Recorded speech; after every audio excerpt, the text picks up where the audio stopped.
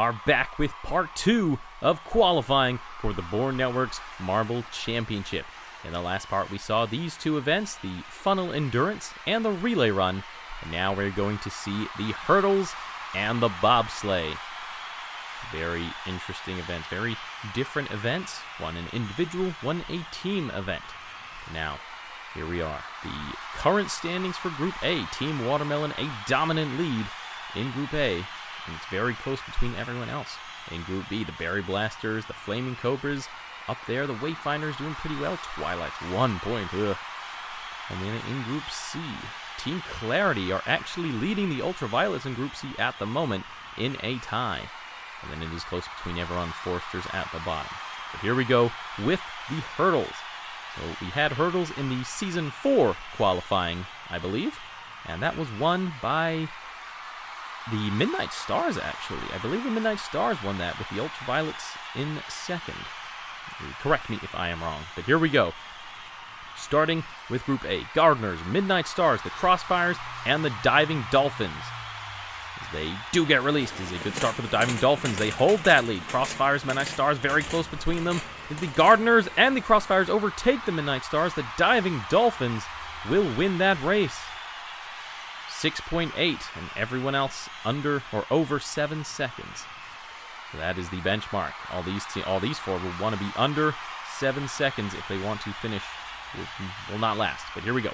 Ice Chippers, Penguin Patriots, Windbreakers, and Team Watermelon. Team Watermelon off to a good lead. Ice Chippers back there. They're not doing much. The Windbreakers fall to the back as the Ice Chippers make a good lunge for the end. The Penguin Patriots, 6.7. Look at that.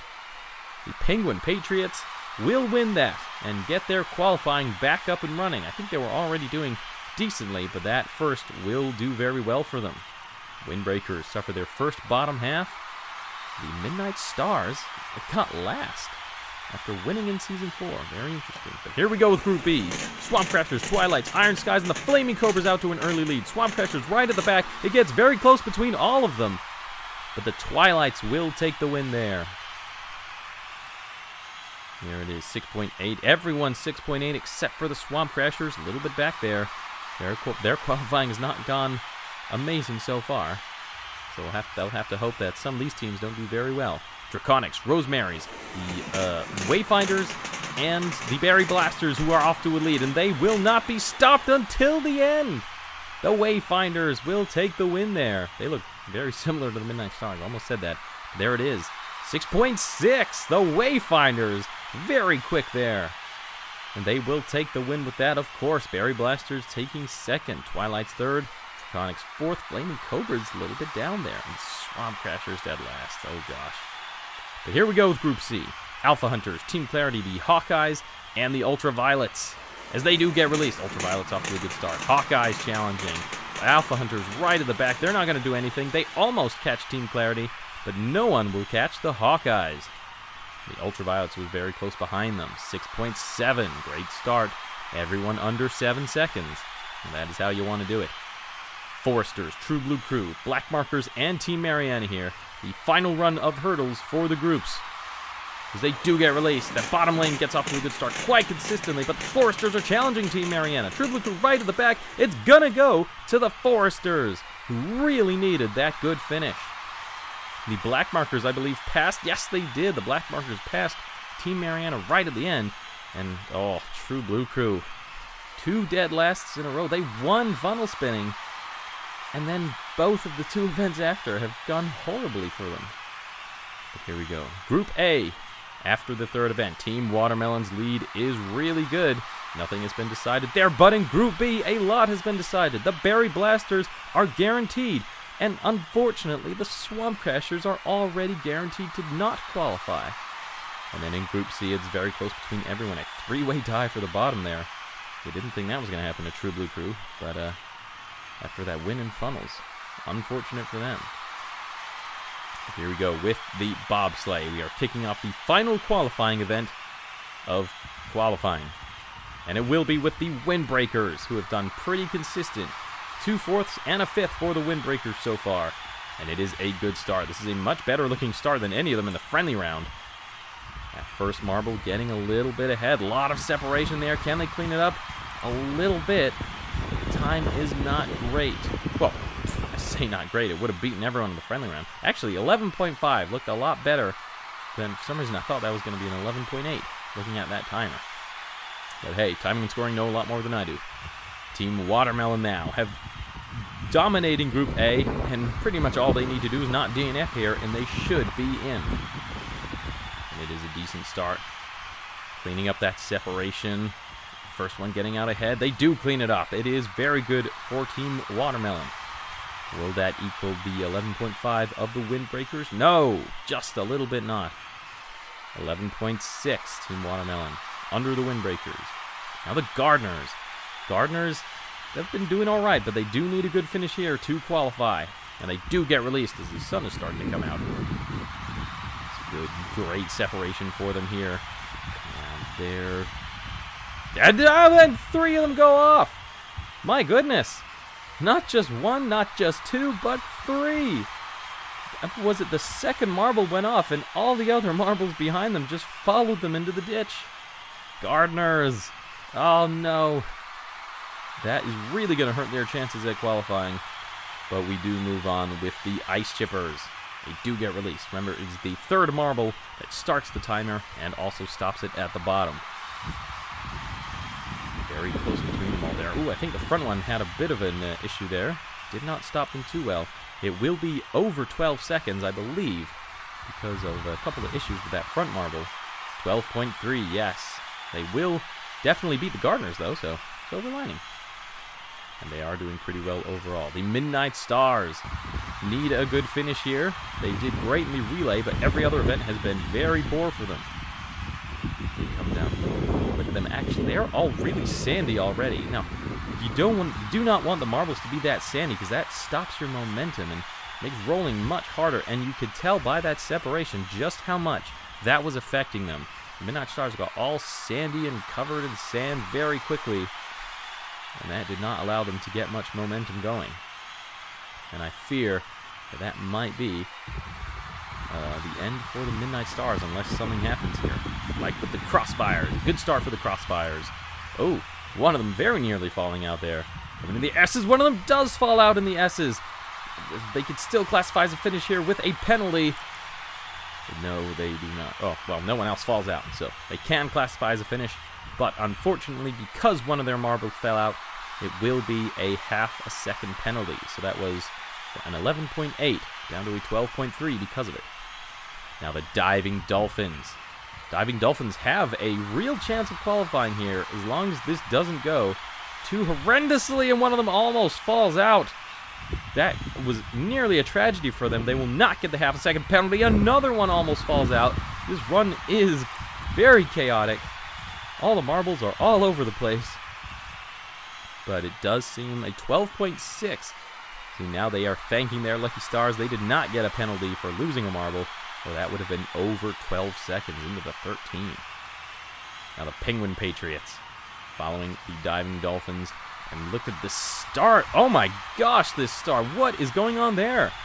Some miscommunication or something? I have no idea, but now they're finally getting some speed going here. This is not going well for the Penguin Patriots. Their separation was great, but their speed down the track was not good at all. 13.33. Yeah, kind of saw that coming with the way that run started. But they will be the Gardeners who will get 0 there. So 2 points at least. That might help them. Who knows?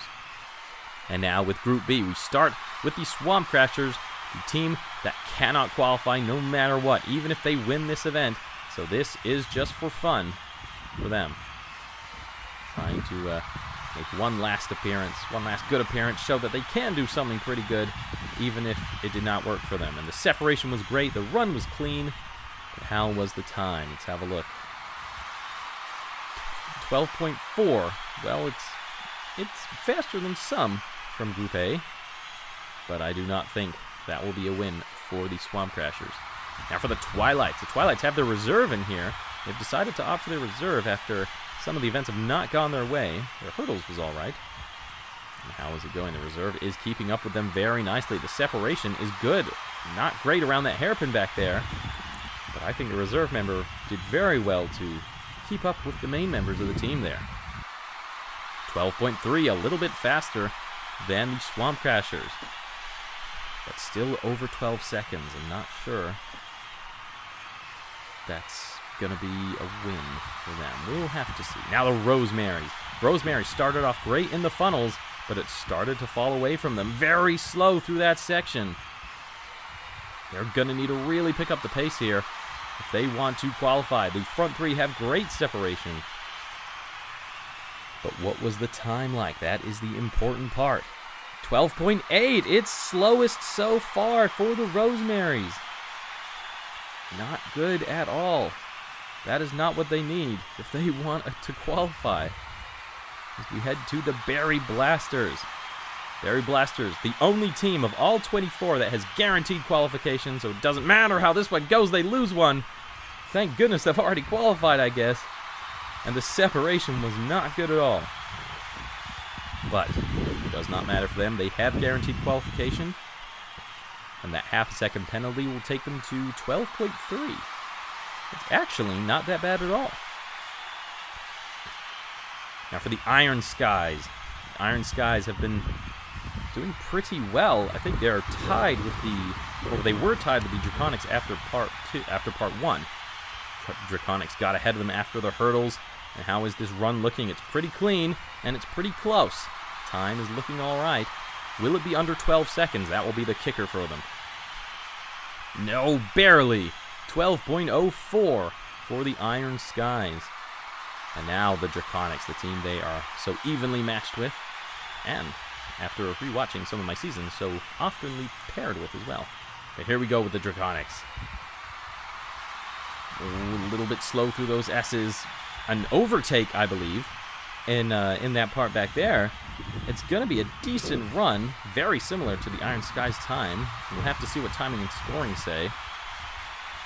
Timing and scoring, though, they're looking at this overtake. I think they're wondering if that overtake was egregious, maybe trying to see if the third marble was a bit not happy with the front marbles, or the marble in front of them's speed. A 12.09. It is slower than the Iron Skies, but barely. So it will be close between them. How about the Flaming Cobras? Flaming Cobras are, I believe, in second overall in the group. Second or third. They're in the qualifying zone at least, and so long as this doesn't go too bad for them, they should have it. And it's looking fast. The separation is not great. The back two do not catch up.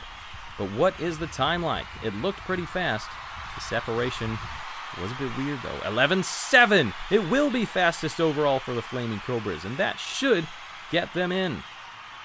With only the Wayfinders to go, they could do no worse than second in this event. As the Wayfinders do get released. Through the S's, it's nice and fast. They are getting pretty sandy. That's going to hinder their speed a little bit. I think one of them almost fell out there, but they are fine. The separation is all right. The front marble gets ahead. A little bit near the bottom there. But how was it? 12.05. It will be third for the Wayfinders. And the Flaming Cobras will take a pretty easy win in the bobsleigh there. The only team in Group B that was under 12 seconds. Great for them. That is 2 event wins in qualifying for the Flaming Cobras. Well done to them. But as we head into Group C, the Hawkeyes did very well in the hurdles and salvaged their chances. So this is looking very good for them. They lose one. That is not good. They can't lose another or they will be disqualified. And the separation is not great either. What will the time be like? It will be a half-second penalty. 12.8. That is not good for the Hawkeyes. They are going to have to hope for some issues for the other teams, I would think. Of course, they were doing well. The win in hurdles put them in the top 4. So they might still have a chance. True Blue Crew thought they had a chance after funnel spinning with that win, but it just has not gone their way since, and they are now tied for last in the group. And the separation is not great. It did look faster than the Hawkeyes. Front marble's way ahead of everyone else. 11.8. That does look a lot more like it, though. And that could be a good finish for True Blue Crew to maybe try and salvage what they thought they had after funnel spinning. Team Clarity now. The giant hand releases them. Crisp up front, leading the team on. The separation between all 4 of them is a little... Okay, they clean it up a little bit. some issues for that second marble. Slows down everyone else. But it is a decent-looking run for Team Clarity. How will the time be? 12.1. It is over 12 seconds. That is a bit scary for Team Clarity. Now for the Ultraviolets. Looking very awkward in the starting game, I add. Some of these teams definitely have been. They do get released. And they lose one immediately! The Ultraviolets are down to 3 instantly. Lose one at the starting gate. So that is already a half-second penalty for the Ultraviolets, who are risking not winning their group here. They were at the front, so I think they might be able to afford a half-second penalty and still... Oh, hang on a minute. Appeal. The Ultraviolets manager is appealing that start. They're going to say that the gap between the track and the ramp, where that releasing thing left, they're going to say it was too large, and there were some issues getting out of it. They're going to say the starting gate was faulty, and will they win that appeal? They will! The Ultraviolets win the appeal and do not get a half-second penalty. But a 12.4 is still not a great time. That only beats the Hawkeyes, I believe. Team Mariana, Giant Hand misses releasing them. There they go. Good start for Team Mariana, and good separation. This is great for Team Mariana. Team Mariana, a good finish here could get them qualification. The separation starts to come away from them, but the run looked very clean and very fast. And how was it? 11.6. Team Mariana go fastest overall, with only 3 runs left. Team Mariana is in a good spot. They are guaranteed the top half at least. And now for the Foresters. Part 1 was a disaster for them, but the hurdles has made up a bit of ground. And so now, if they do really well here, they could still save their qualifying. It's good. The front marble has a bit of a mistake, and they all catch up. The separation is good because of it. But let's see how that goes. Will it beat Team Mariana's 11.6? It does! 11.4 for the Foresters, who just might have saved their qualifying here. 2 runs to go. The Alpha Hunters will be our penultimate team. It is a good start, good separation. Coming into the S's, no one is falling out of the S's now. Learning from the Hawkeyes' mistake, and it is a clean run. No issues that I can see. But how was the pace? Did they get under 12 seconds? They did, but only 11.8. That is barely top half for now. And they might have to hope the Black Markers have a bit of a disaster here. As our final run of qualifying. Here we go. The Black Markers get released. And it's a great start. 2 of them, almost 3 of them almost fall out there. Another one almost falls out. This run is quite chaotic as another one almost falls out. The separation between the front 3 was very good. The last one was straggling, but oh my gosh, there were about 4 different times during that run they almost fell out, and an 11.6 will get them 3rd in the event. The Foresters clutch a win in the final event and might have just saved themselves. The Hawkeyes down there. Now let us see who has qualified.